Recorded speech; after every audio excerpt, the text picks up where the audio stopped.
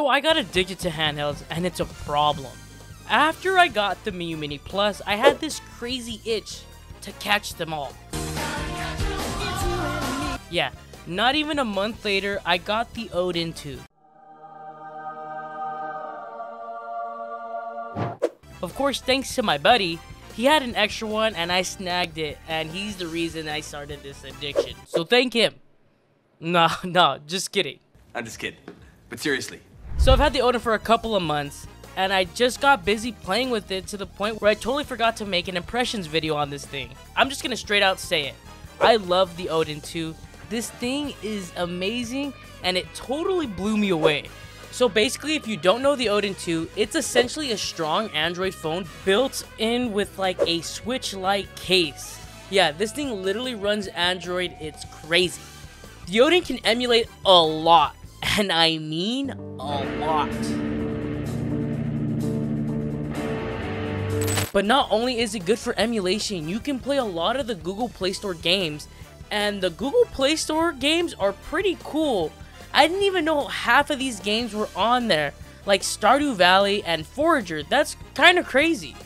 You can also have another option, and that's streaming games, like from your Xbox to the PS5 and even your PC, which I've messed around with, and I love Moonlight. And streaming my PC on this thing, boy was I wrong about streaming games. I actually had a fun time streaming my PC games on my Odin. It's kind of the future, baby.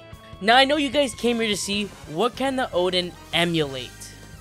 But first, I should let you know there are 3 different models of the Odin. You have the base model, the Pro, and the Max.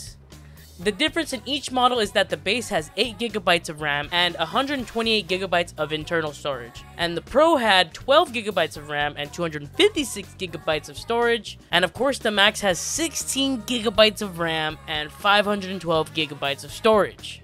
I have the base model, and I feel like that's all you really need. It plays a lot. I haven't had any real problems, and the base model is the cheapest.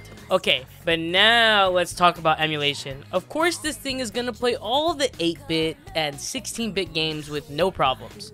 Obviously, this thing can even run N64 and PS1 and Dreamcast at an upscale resolution. It's freaking cool.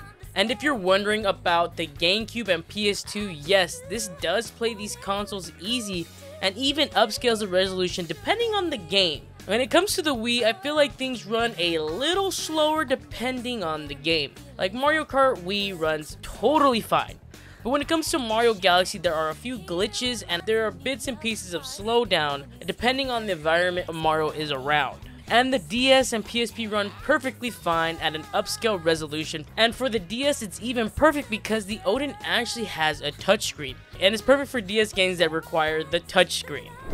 Now, when it comes to the 3DS and the Switch, I don't really want to put much out there.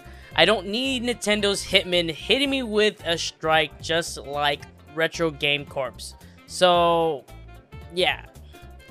Let's just say some of the games can run, but I don't have any footage of it, unfortunately. Now, the last thing I want to talk about is navigating your games. There are a couple emulator front ends in the Google Play Store, and the MU Station is on Android, sort of. You have to buy the app through MU Station's Patreon to get the APK, which would run you about $5. So MU Station's technically on here, but it's not through the Android store. But the two I'm torn between is the MU Station and Daisho.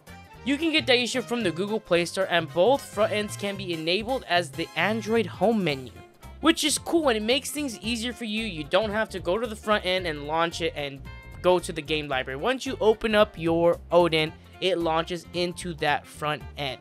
The front end I've been using for the past few weeks has been Daisho. It's been easier to use and it also navigates through Android apps. And with MU Station, you kind of have to make your own paths for the Android apps, which can be kind of annoying.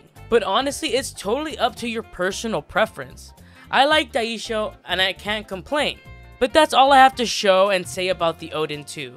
I think everything about this is perfect, with the buttons, the LEDs, and the hollow sticks never having drift issues. It's just perfect, I can't complain. But I do have my eyes set on the Retroid Pocket 4 Pro. So subscribe for more content and hit the like button if you enjoyed the video. I'll see you in the next one.